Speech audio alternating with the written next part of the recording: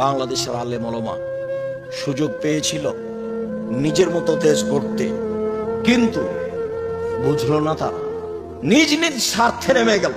সবাই বসে, যারা মনে করে আমরা কোরআন হাদিস বুঝি, হানাফি হোক, শাফি হোক, মালিকি হোক, হাম্বলি হোক, যেই হোক না কেন, তারা যদি নিজ স্বার্থ ত্যাগ করে বাংলাদেশের মাটিতে পরামর্শের ভিত্তিতে নেতা নির্বাচন হবে, এই পদক্ষেপ যদি তারা হাতে নিত, তাহলে যারা গাদ্দারি করছে, করেছে, করবে, এরা সুযোগ পেত না। কিন্তু আমি আর আপনি তো সুযোগ নিলাম। ছেলেগুলো জীবন দিল, মানুষগুলো জীবন দিল।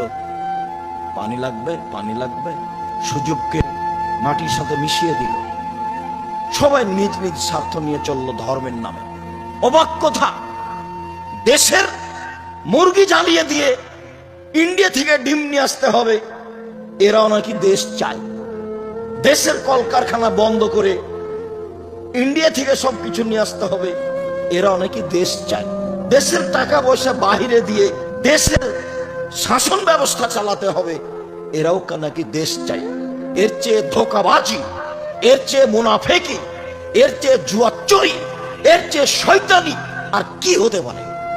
জাতির সাথে মুনাফিকি করে